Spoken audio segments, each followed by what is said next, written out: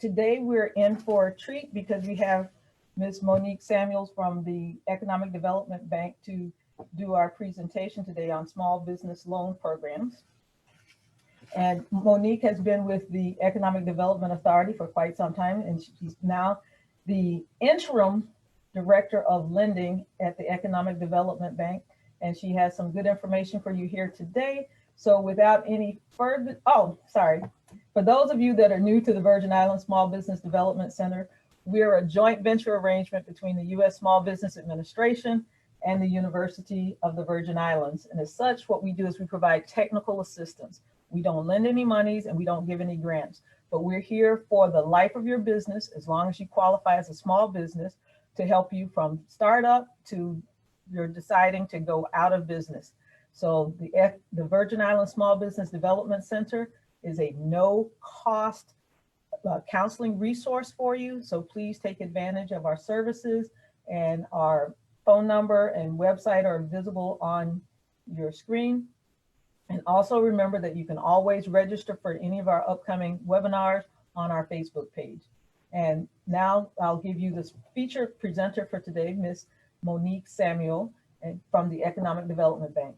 Ms. Samuel, it's all yours. Yes, good morning. Good morning to the staff at the Small Business Development Center and the participants, as well as those that are listening via social media and any other media sites that our presentation on the Economic Development Bank Small Business Loan products will be shared with you. I want to welcome all of you. And again, I want to thank you for even considering the Economic Development Bank as one of your entities to provide information to the small business community. So welcome. Next slide.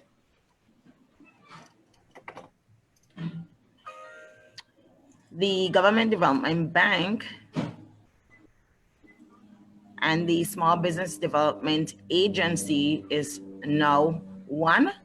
And back in 2014, the Government Development Bank and the Small Business Development Agency was rolled into the Economic Development Bank, and it continues to assume the functions of both entities. So none of our programs have changed. All of our programs are still available, and we're now just operating as the Economic Development Bank instead of these names. So we're here to provide loans to existing and startup businesses.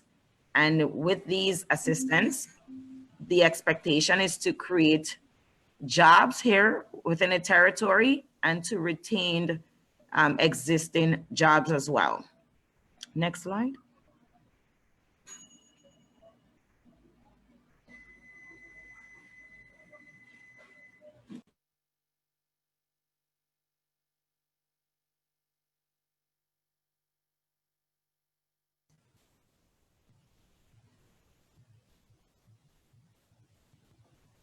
Ms. Samuel, you're muted.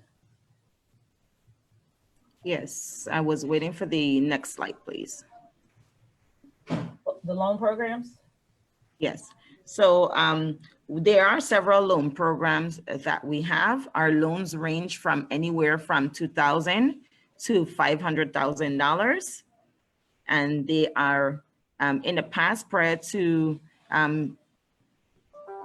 May, we had varying interest rates. Now we are only offering one set rate for majority of our programs, and with the exception of our farmer and fisherman loan program and our micro loan program, which are set by law. Right now we're writing our loans at the interest rate of 4%, and they are varying terms. We do have a microcredit loan program that we can go up to $50,000. Our farmers and fishermen loan program up to $50,000. Our development loan program, which is our largest loan program, up to $500,000. Our Frederiksted loan programs are geared towards businesses that are only operating in the town of Frederiksted, and the maximum financing under that program is $20,000. There's also the small business development loan program that goes up to $100,000. We do have two federal programs. We have our Economic Development Administration loan program up to $75,000, our intermediary lending loan program, maximum financing of $100,000. And we also have our state small business credit initiative program, which provides guarantees only to the lenders within the territory. So our microcredit loan program, as I mentioned, we can only finance up to $50,000. And as you see here within the presentation, while there are varying amounts and terms or rates and so forth, if there is a need for $500,000 and there's not enough funds in our largest loan program, we can reach to our other loan programs to make up that amount to provide you the maximum financing that we provide. Not because we have the maximum amounts that are allotted.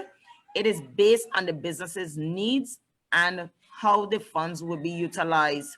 And there are residency requirements for our microcredit loan program. Our resident requirement under this program by law requires that you be a resident of the Virgin Islands for at least 5 years, and that is preceding the date of your application for a loan. So let's say you are a resident only for 4 years and 6 months. I will encourage you to begin working and you're interested in financing.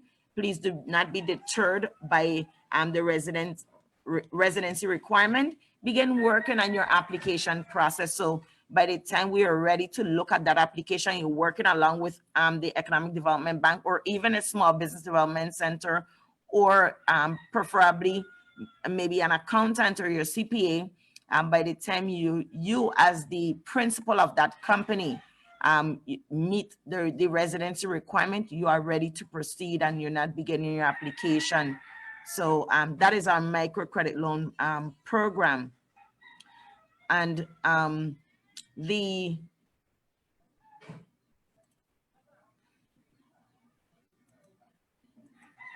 Farmers and Fishermen Loan Program, the maximum allowed under that program, again by law, it is $50,000. If you are a farmer and you do need additional monies outside of the $50,000, that is allowed as long as we do not exceed the maximum allowed under our larger program of $500,000. So if you have a project that exceeds $50,000, you can apply to us for direct financing, providing your request does not exceed $500,000. For our farmers program, the maximum direct term that we cannot exceed for this program is 5 years.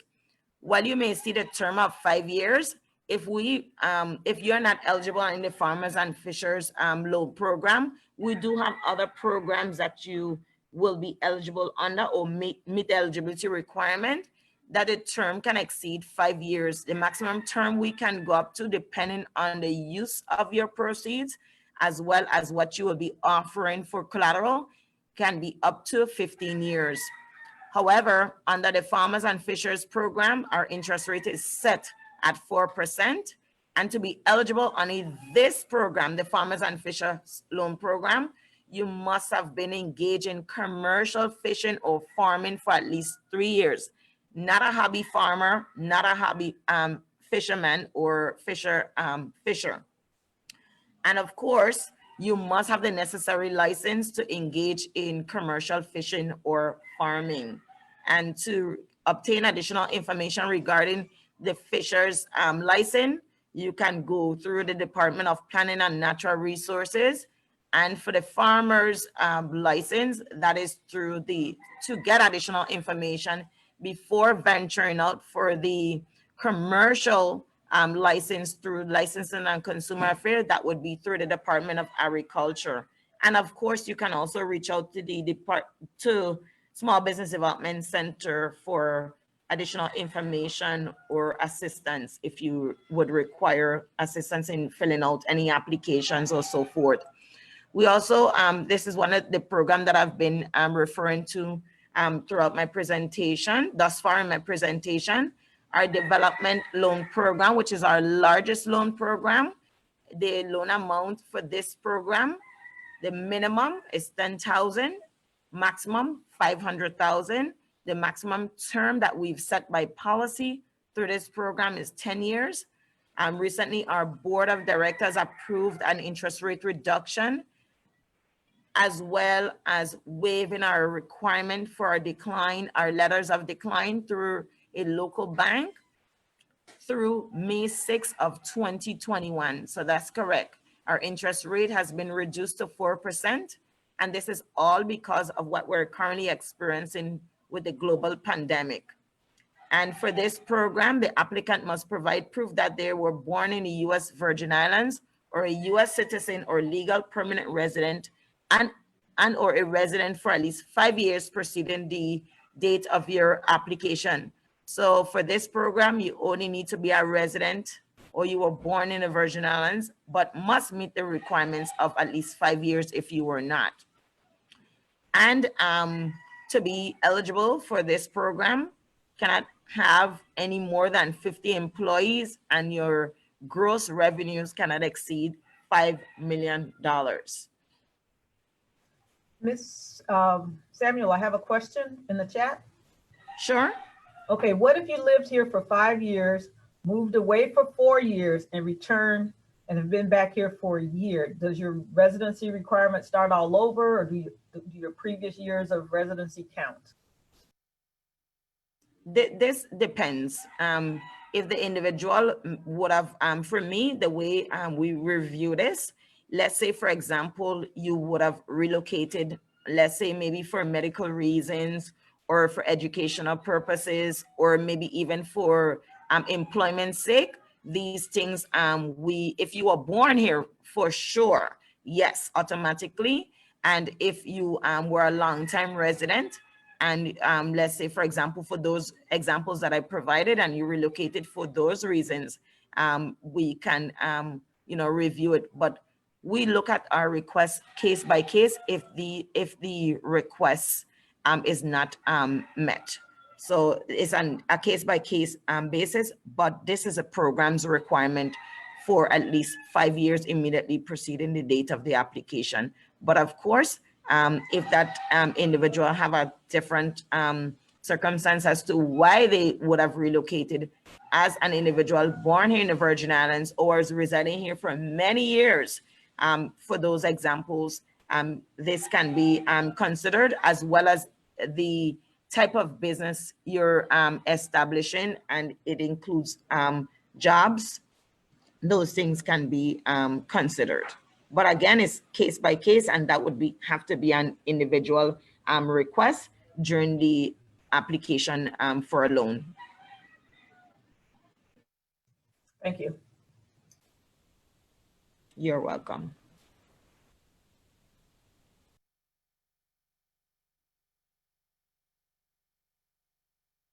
And we also have within the law as well, let's say, for example, that individual was not born here in the Virgin Islands and one of their parents was born here in the Virgin Islands, that would also assist with the residency requirement as well. So I would ask that individual if they have that, if they want to discuss this further, you can reach out to me following this presentation or at a later time. So our Frederiksted loan program, the maximum direct loan of $20,000. We cannot exceed 5 years under this program. Your annual sales, or even if you're for an existing business, should not exceed 300,000 to be eligible. If it's a startup, your projections for over the 3 years individually, not estimated or accumulated, cannot exceed $300,000. Again, this was one of the programs that the interest rate was reduced, and that is why you see the date of May 6th of 2021. After May 6th of 2021, who knows? But at the same time, we will be revisiting our interest rate at that time. It may return back to what was there before, which is the Wall Street Journal prime rate plus 1.5%. And if not, we would look at what's occurring within the economy or what the federal government is also providing on their end. So we try to do a mirror as to what is happening on the federal end. So that is why you see our interest rate reduction of 4%. And the business owner, or I must say the principal of the business, must operate this business on a full-time basis. So you cannot be the owner of this business and be benefiting from the Frederiksted loan program and operate your business on a part-time basis. You must be the face of this business on a full-time basis. And of course, again, with the residency requirement, you must be a resident of the Virgin Islands for 10 years preceding the date of your application. And so you see a residency requirement. These were stipulated by law, so we cannot be flexible with anything that is written in the law. However, the law do provide or allow for us to make changes as we see fit based on what's occurring in the economy with the interest rate, but not, it did not allow for us to relax the residency requirement. Next slide.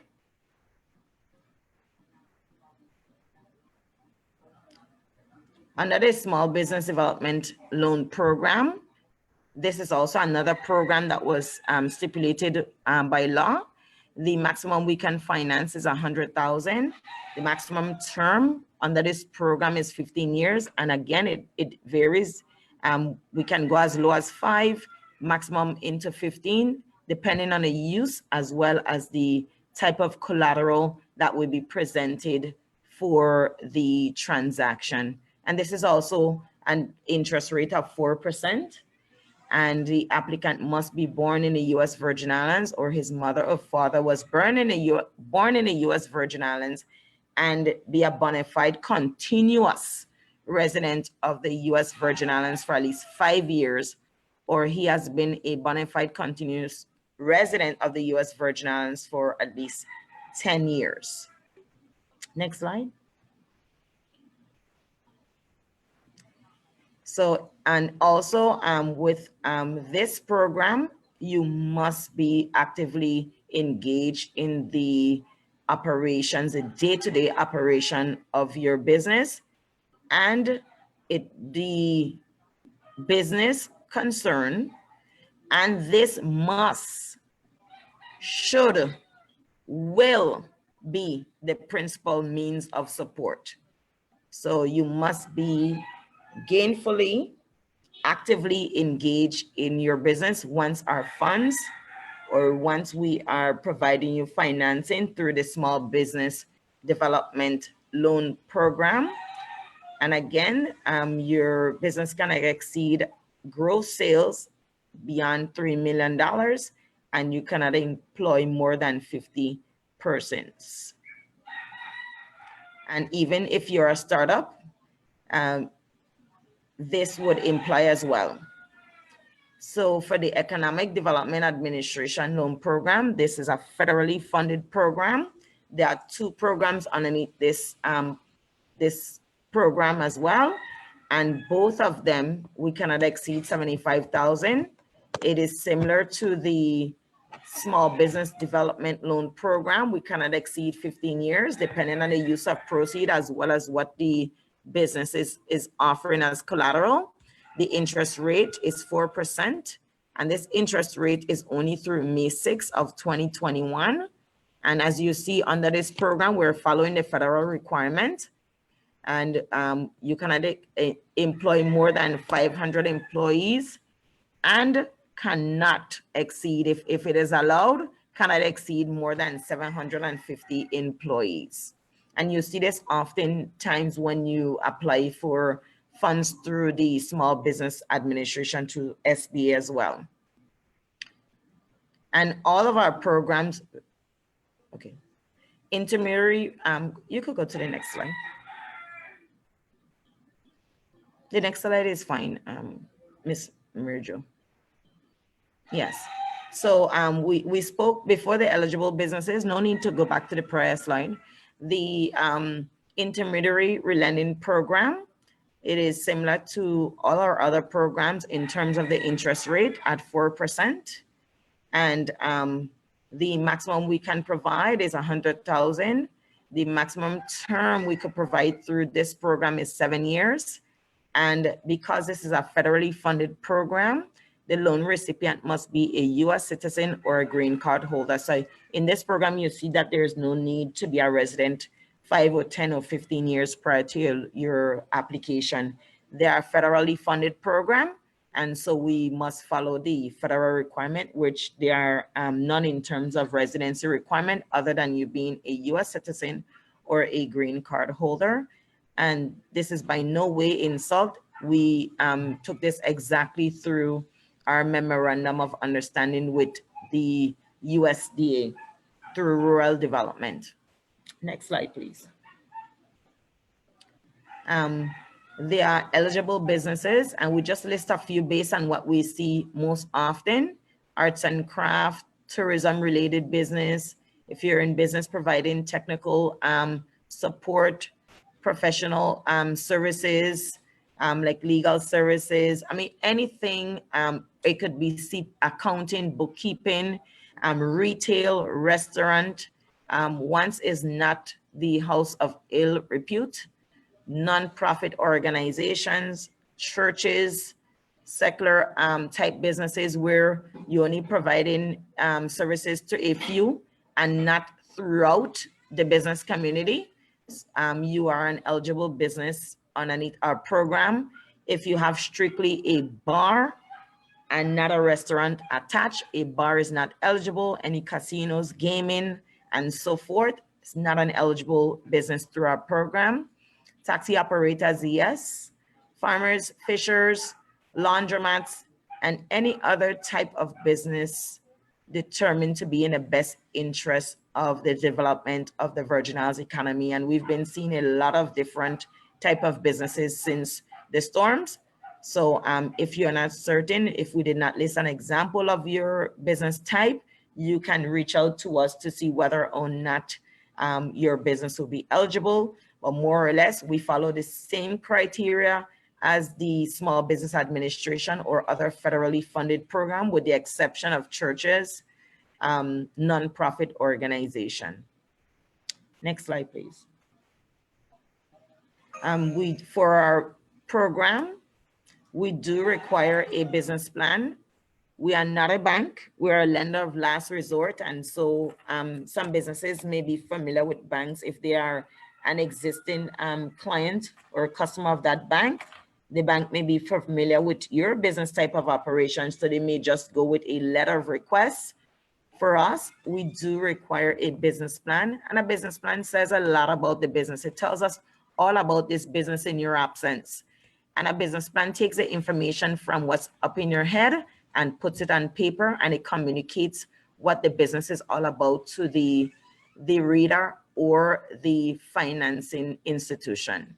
And it's also a tool for the business. It helps your business to, almost as a checklist, a guide as to where you're interested in being, your ideas, where you need to be, where you need to go, where you're at, and it can even be revised from time to time. So whether or not you're contemplating for an existing or a startup business in developing a business plan, I would encourage you to do so. I have seen recently where businesses during this time, this pandemic, they offer services where you walk in, and they're now taking those services online. So it tells you that they're considering what they thought of how operating their business to take it into a different level to meet what is happening in our economy. So when we do have the shutdowns, you can still, enjoy or take opportunities by going online to shop and not waiting for the doors to reopen. So a business plan is a vital key to every business, whether existing or startup. We also have a standard loan application. It is 7 pages. Do not be deterred by the number. It is information all about you. Who else would be able to translate information onto an application other than you as the individual? So it is a simple application despite the number of pages that I mentioned. We also require for existing businesses, if you have 3 years of tax return, that is what we require, as well as projections.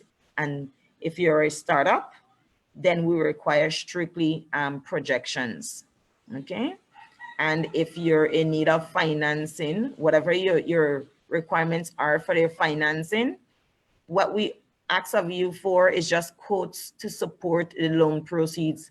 Not that you're telling us $20,000 and here it is, you don't have any information to justify that $20,000. How do you know what you need if you don't have quotes to substantiate your requests, right? So recently I spoke to a small business person and they indicated that, I just need $25,000 to get by. I need 25,000 to get by, yes, but 25,000 is just to get by. Why not do an assessment of the entire business if it's an existing business or even a startup? Assess the business to see the needs up front, and you can jot that down in your plan of action, and then maybe design your business in phases as to what exactly is needed to move your business forward to get your customers coming and get your business up and running by providing a service. Or is it that your business would require all of what you're considering? So quotes are very important, and it helps to give you a guide as to, I'm just not pulling a number out the hat, but this is really what I need in order to, to operate my business or get it up and running. And also, believe it or not, you can factor in, there are some injections you as a business owner would require to at least inject into your project. We call it skin in the game, having some risk into your transaction. You are the biggest support of your business. And so if you're willing to inject what you believe in, then how are you, and you're not, how are you then able to then convince your lender? And so we can do several things outside of what a normal bank cannot provide for. Let's say you're starting a business and you didn't think of maybe us assisting with maybe replacing a very door on that business that you're leasing. It is part of your operation.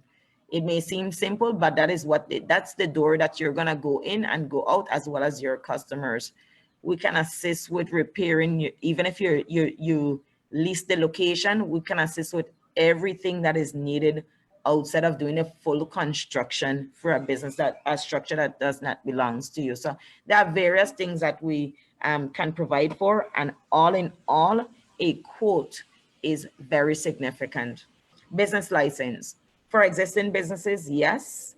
If you're a startup and you just want to begin the process, before going into a business license or applying for a business license, I would say, yes, you can proceed with your application with us, because you want to have an idea of, where, excuse me a second.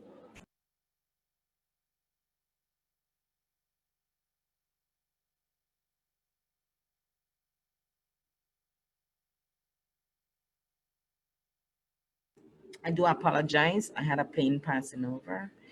So I would say, you can,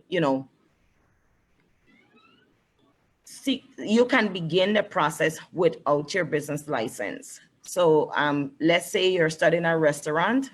That is something that you definitely would have to operate to begin that restaurant, because there's inspection that is required and so forth. So you can begin your process with us, and it helps you to determine, where my source of funds will come from, in addition to your injection to get that business up and running. But prior to us dispersing any funding, you would definitely need to have that business license, right? So if also you're interested in having a name for your business, I would suggest that you go ahead and begin the process at the Office of the Lieutenant Governor, Trademark and Corporation, to secure that name. And you want to begin certain processes to jumpstart, so you're not lagging behind in terms of the date you have set out to begin providing a service to the business community. and let's say registered corporate documents. Again, that meaning refers to how you're gonna establish your business. If you're gonna establish your business as a sole proprietor, then if you're gonna have a trade name, a name instead of saying Monique and Sons, you have those documents available. Next slide, please.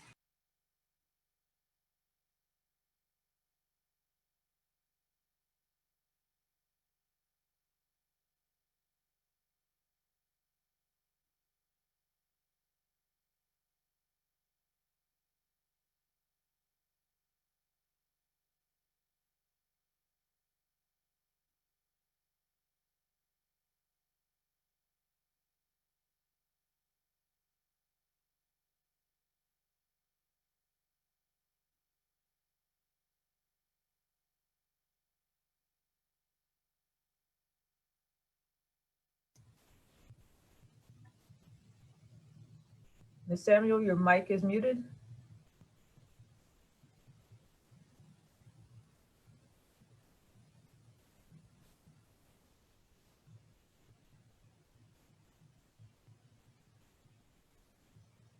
My apologies, my computer stuck. Standard application requirement, continuing right along. For us, if you're an existing business and you have, you're operating, we would assume that you have a lease agreement. If you're leasing a location, if you're interested in starting a business or you're thinking of expanding, relocating from your existing location, you're in need of financing. For us, no need to enter into that lease agreement. You can have a discussion with the landlord and you're negotiating whatever is being negotiated. What we require is a letter of intent to lease. And within that letter of intent to lease, all that is needed, it is to indicate the location, what is being negotiated for monthly rent, what terms, and if there are any other conditions, required to lease. So, and perhaps if the landlord have a draft lease that can be accompanied with your letter of intent. Do not enter into any lease agreement unless you know where your funds are coming from and you have the source to begin that operation. You do not want to get involved into a commitment and you're not certain as to whether or not the financing is available or what length of time that financing would take to be able to start that business. We had a recent request where a client, way before applying for financing through us, entered into a lease agreement and payments was required within, I believe, either 30 or 60 days.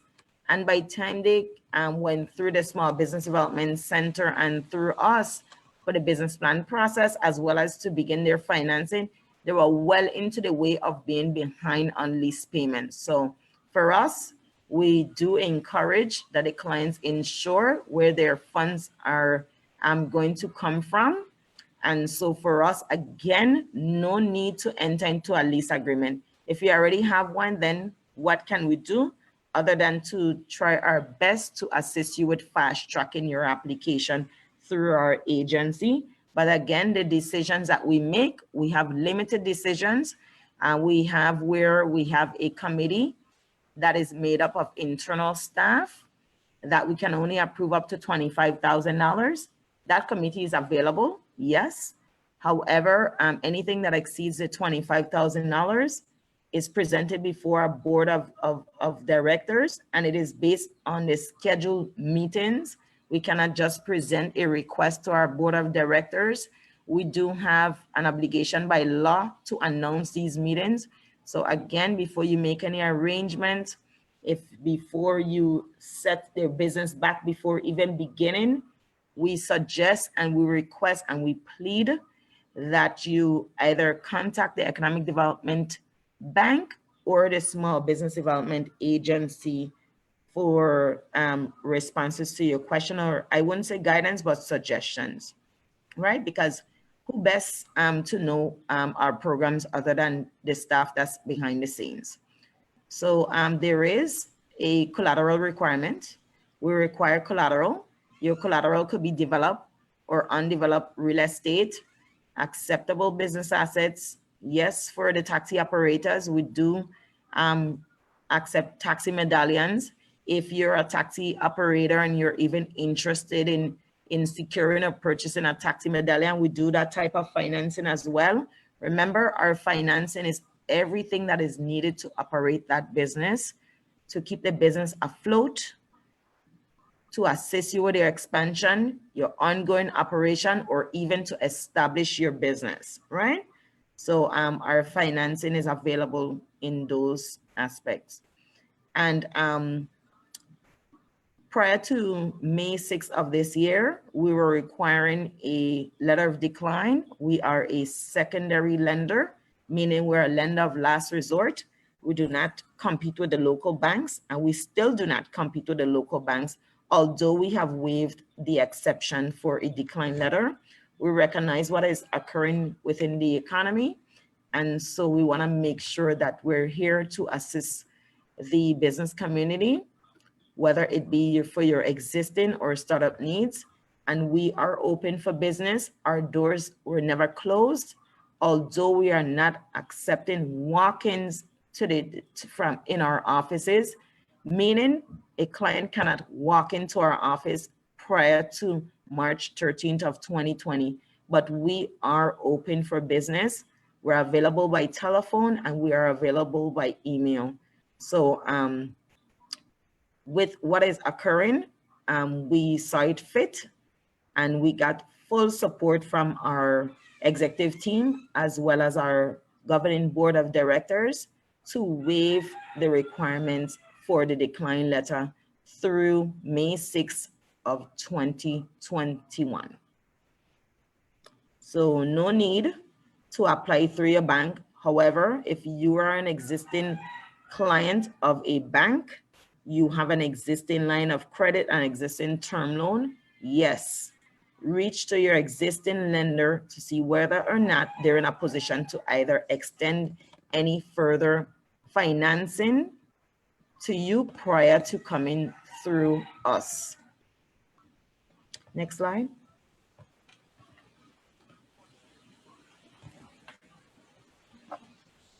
Our funds can be used for inventory, supplies, working capital. Working capital meaning to cover operating expenses. If you need help with paying your payroll, your employees, we're here to assist for a reasonable time though. Let's say 3 to 6 months, we can provide that in a line of credit. Our working capital loans are lines of credits. Inventory supplies are also lines of credits. We can provide that as well.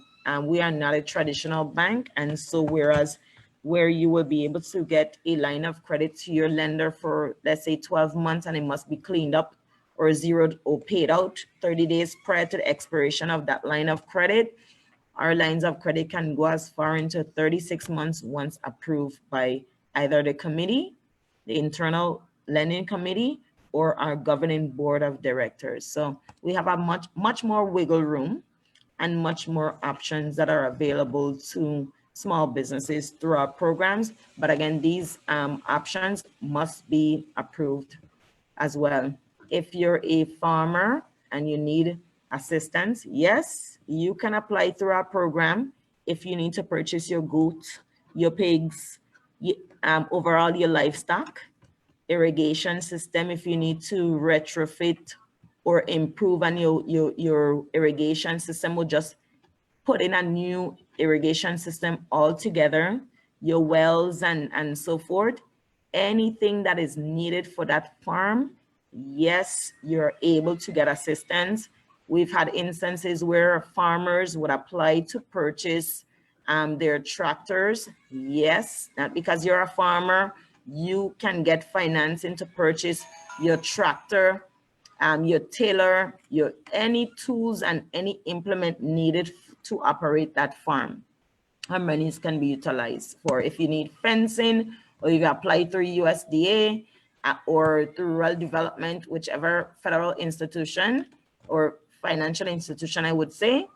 And let's say it is a grant, but you have to invest in that repair first, and it would be reimbursed.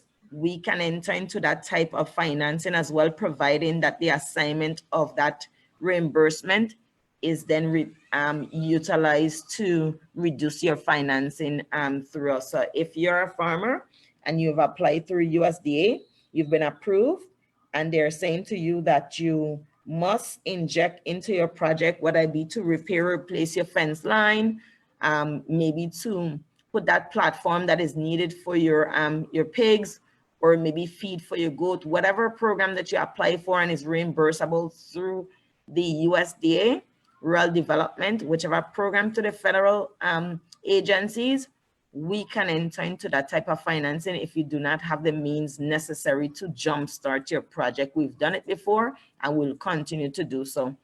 Our programs are geared towards assisting small businesses, irrespective of the type of business. We are committed. So machinery, equipment, yes, a vehicle, if you need to go to and from market to sell your goods, even to haul your boat as a fisherman to the dock or wherever you go to push your boat off. If you need that transportation, our monies can be utilized for that. Transportation to go to the market, to and from the market, yes.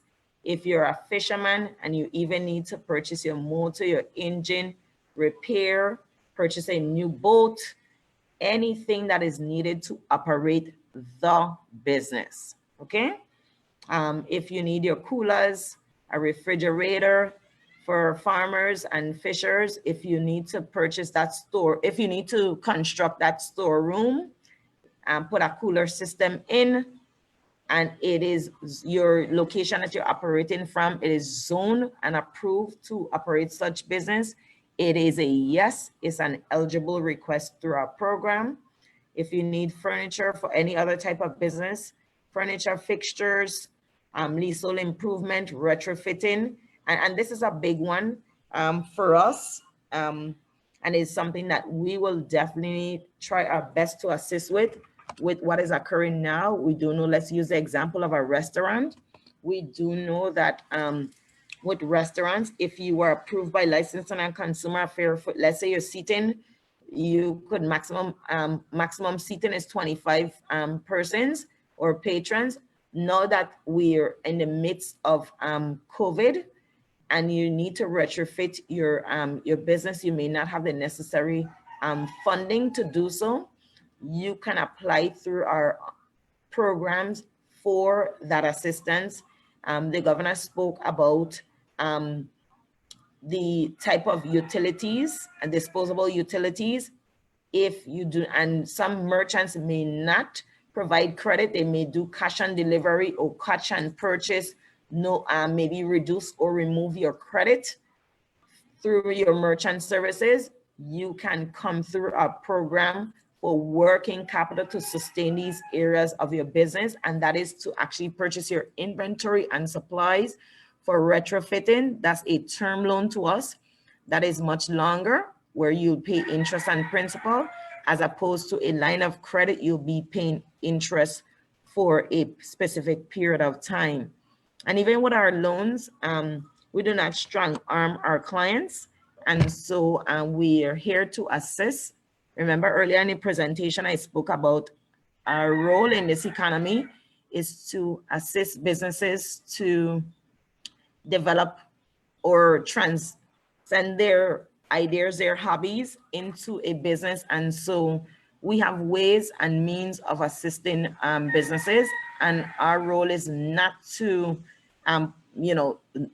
to not assist.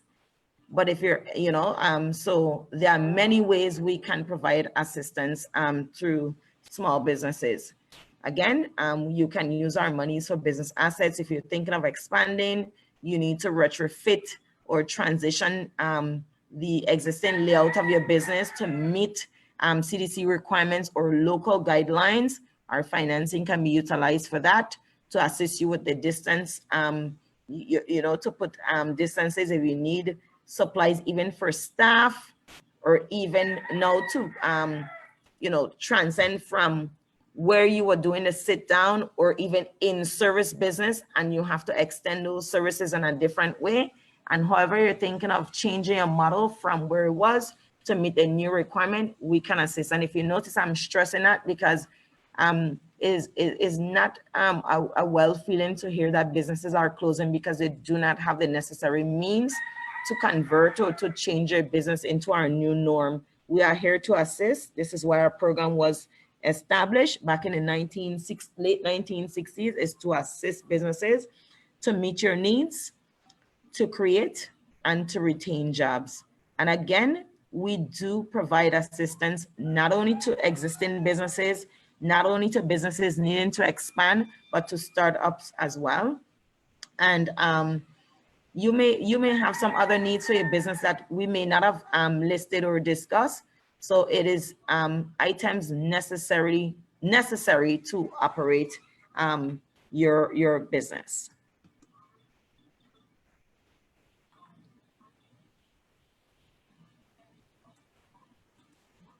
Next slide, please. We do look at credit. So credit is an important factor. We do not look at credit scores. We look at the credit individually.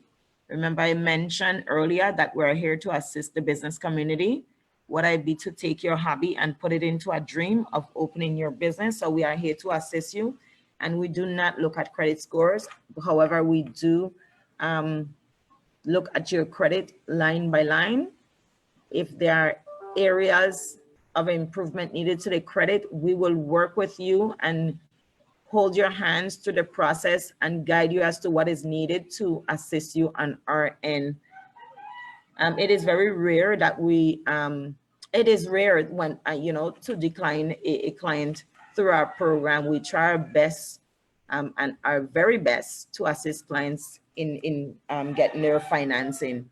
At times you may apply for, let's say, 20,000. We do not see an area when we're analyzing a request where the business will be able to meet that demand in terms of the repayment. We may offer a lower amount that is referred to as a counter offer. And then, so there are several ways that we can assist. We do have an application fee of $150. And also if your loan is approved, there is a 1% commitment fee.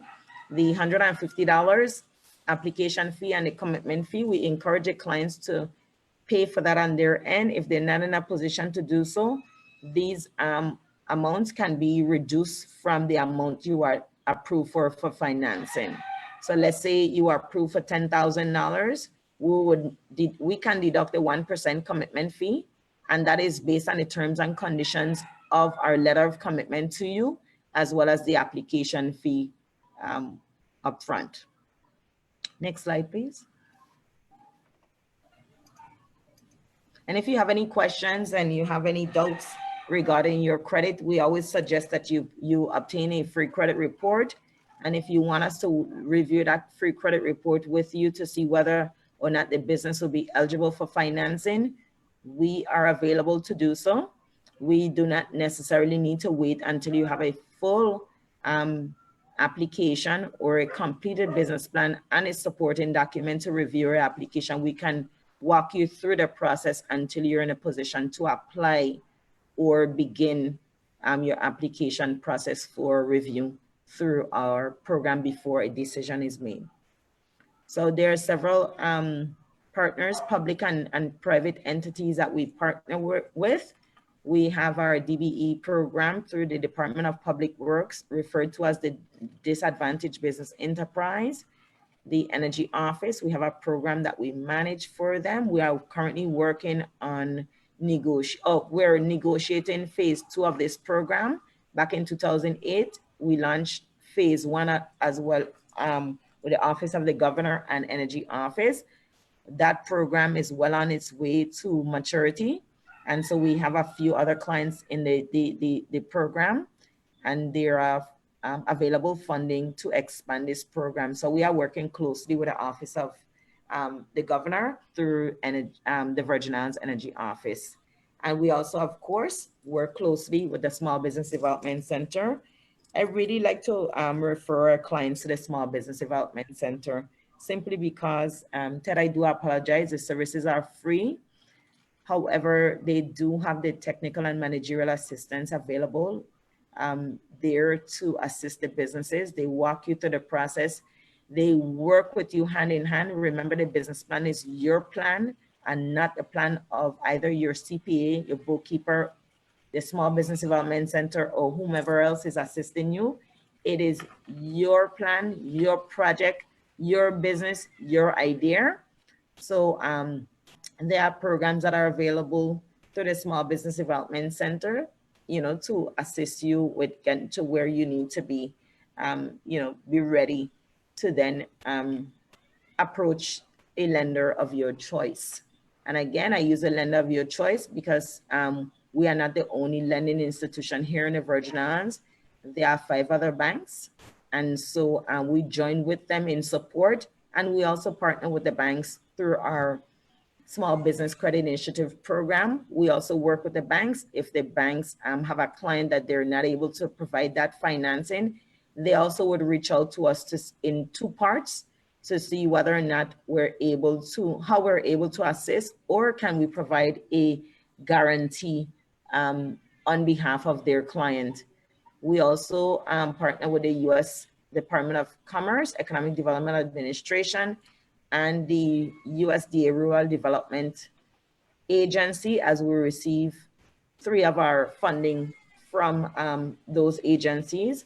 We also have the Department of Agriculture. If they have any program or they need for us to facilitate any areas, we would assist, as well as the Housing Finance Authority. If they have a small contractor and they want to either refer the contractor to us or either enter into some type of agreement with us to facilitate any construction of any homes here within the territory, as well as SBA.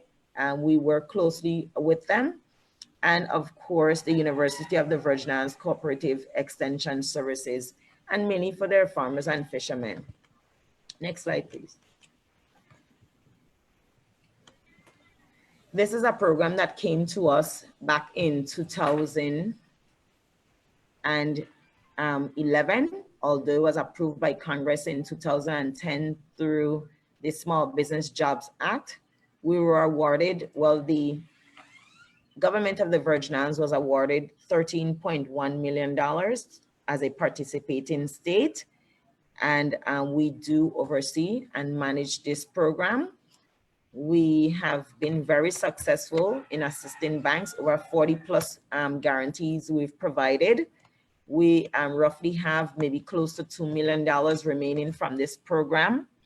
And under this program, we can only provide 3 sources of guarantee, either collateral. Let's say, for example, you have approached a lender of your choice within the Virgin Islands, and only within the Virgin Islands now, because every state was awarded its own funding. So there are some states that are on their recycle funding. Some are still working out of their initial designated or allocated funds. And so we can only participate with a local lender, any of the 5 banks here in the Virgin Islands. And so if you've approached your bank for financing and they're willing to provide the financing and you're offering collateral, let's say developed or undeveloped real estate or whatever is acceptable to the lender, that is the lender's collateral. They may consider that is insufficient. They can reach to us for up to 50% support to cover or to provide them a little safe haven or safe harbor to support their financing, almost a cushion or a support in the event of. There's also the credit guarantee. The credit guarantee, the lender can reach to us. Let's say you're a startup, but they're interested in doing a financing, but because it's a startup business, there are some other weaknesses in the transaction that is not mitigated in some areas of strength on behalf of the business.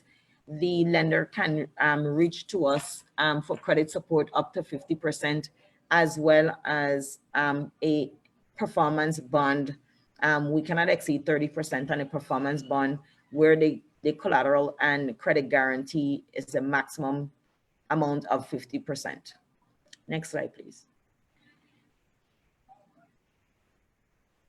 And again, similar to all our other programs, the lender can use these funds for startup, working capital, business procurement, inventory, equipment. It is to operate your business. One thing that is not eligible under this program is if you're an owner of an establishment and you need the monies for investment purposes, is not an eligible transaction under the program. We cannot use it for investment. However, we can use it to facilitate business transaction and the other side to operate. And the interest rate and the term is based on the participating lender. However, we do negotiate our term, the length of time we're coming in to support the guarantee.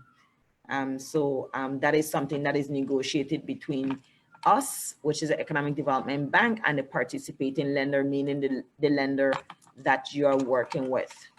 And the lender can only come to us for two forms outside of the two forms of support under this program. Either they're providing a term loan and a line of credit, or both, but we cannot exceed 50% of the both, right?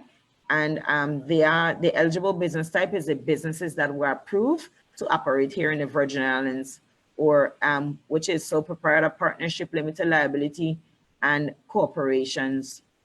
Next slide, please. And with this program, there is no residency requirement. However, we are only the guarantor in this instant. And so the lender's client must meet the participating lender's requirements. So it is not our requirement upfront.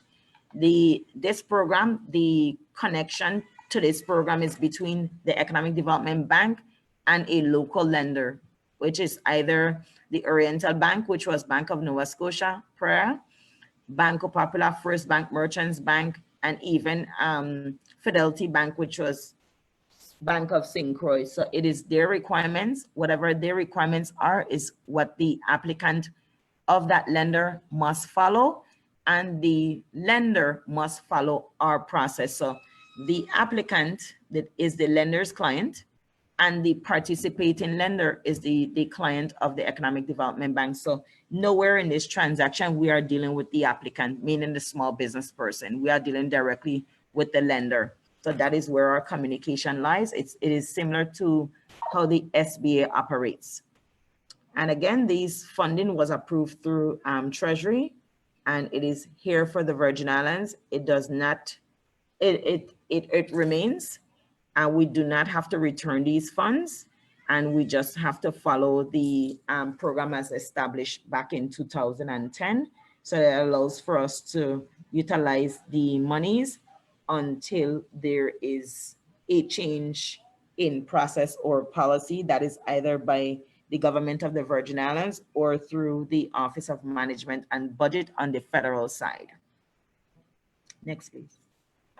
I don't think there's any other slide. Yes. Yes, so to contact us, you can contact us through our St. Thomas office or our St. Croix office. Our St. Thomas contact information is 340-714-1700, and our St. Croix office is 340-773-6499. And you do not necessarily need to ask for us by name. If you do not recall, you can just, whoever answers, you just let them know you need information on our small business program, and they will provide you my cell number to reach out to me. So again, I want to thank you, and thank you for your indulgence, your participation. And if you have any questions, I believe the Small Business Development Center will facilitate these questions. I thank you. Okay, thank you, Ms. Monique Samuel, for that wonderful presentation. Lots and lots of loan information. Now, in terms of questions, do we have any questions? You can raise your hands and we'll acknowledge you in the chat, or you can put your question in the chat.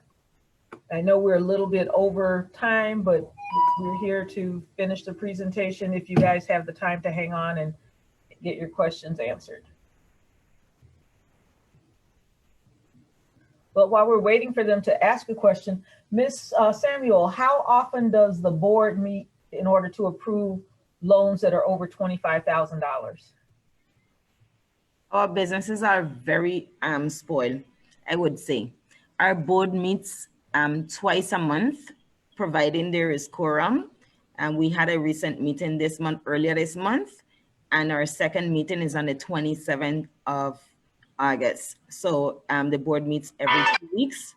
Nonetheless, even if they meet every 2 weeks, there's a requirement internally. And so your application needs to be well within a certain time frame in order for us to review that application. So we should give, sufficient time to review your application. So they can't bring And you. our internal loan committee meets as needed. Okay, so they cannot bring you an application, submit an application to you today for the board meeting that's tomorrow, for example. Correct. Because we do have internal processes, we do have where we need that sufficient time to work that application through with you, review that application. We do have a presentation that we must prepare, and there is also an error in the law, and that's I would say, if you notice, we do advertise. We must give the public sufficient time to notify the public that our board will be meeting. And so that is one area, as well as we must present our presentation for review prior to board meeting, 10 days prior to the date. And we do have an internal process. So I would say sufficient time way before 2 weeks. And we will tell you, once we have that application, we will tell you what time frame we'll be turning it around and which board meeting date it will be presented at. So our board meets twice, and that's something that traditionally we've been doing since this present governor sat on our board as the chairman. We've kept to that bi-weekly meetings, and our boards have continued to meet in that same way. Okay, we have a question from Facebook. Can you touch again on the information that requires land for collateral? Can you repeat that question, Mary Jo, please? Okay, can you touch base again on the land required for use as collateral? Can you explain that process again, please? Yes, if I'm clear on the question, they're asking for me to explain the collateral requirement. If that is the question, we can accept collateral. It could be residential or commercial. It can be a family member that is willing to pledge a property on your behalf for your requests. So we can accept property that is developed or undeveloped. Let's say, for example, there is already a mortgage in place, a first mortgage, and you're coming in for additional financing. Providing that there is sufficient equity, we can join in on that collateral. We can take a second position. We don't necessarily need to be in first place, although we would prefer best to be in that position. We do accept best available.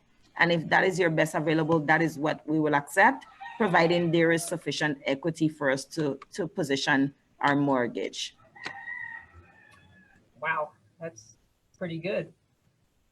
That is pretty good. So do we have any more questions from the audience?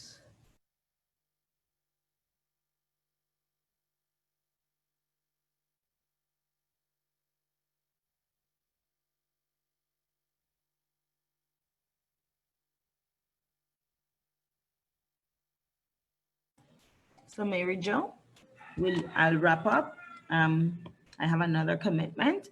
And so I just want to thank the participants. I also want to thank the listening audience, wherever you're joining in, as well as graciously the Small Business Development Center for hosting the Economic Development Authority, the subsidiary of the bank, today to inform the business community that we do have small business programs that are available We are open for business, and we will continue to serve the business community. And so if there are questions, you can reach out to myself or any member of my team. And our contact information are on the slides. The Small Business Development Center also have access to us directly via our cell phones. This is not a yesterday partnership. Our partnership has been going for years and growing even stronger. I want to also thank their director, Mr. Ted Gutierrez, for the continued support and leadership. And every time you reach out to Mr. Ted Gutierrez and his team, they're always available and willing. So thank you. And again, I want to publicly thank you, Ted, and your team for assisting us with when we participated in the Paycheck Protection Program. You held our hands and you walked us through the process, as well as helped us with publicizing our level of participation. So thank you. Thank you. Ms. Samuel, I apologize for saying my last question while I was on mute, but we'll share those questions with you directly. And folks, you can see our presentation later on Facebook and also on our YouTube channel. On behalf of the State Director, I want to thank you all for attending Webinar Tuesdays. Our next presentation will be on Monday, August the 5th. At 5 p.m., it's Take Your Business to the Next Level with the SBA's 504 loan programs, and that it's hosted by the VISBDC. That's from 5 to 6 p.m. And then on Tuesday, August the 25th at 10 a.m., we'll be back with Webinar Tuesdays in collaboration with the Office of the Lieutenant Governor, registration and maintenance of your business names. So you can always check us out on Facebook to see the upcoming seminars and webinars. And with that, I want to thank you all for attending. Have a great day. Take care.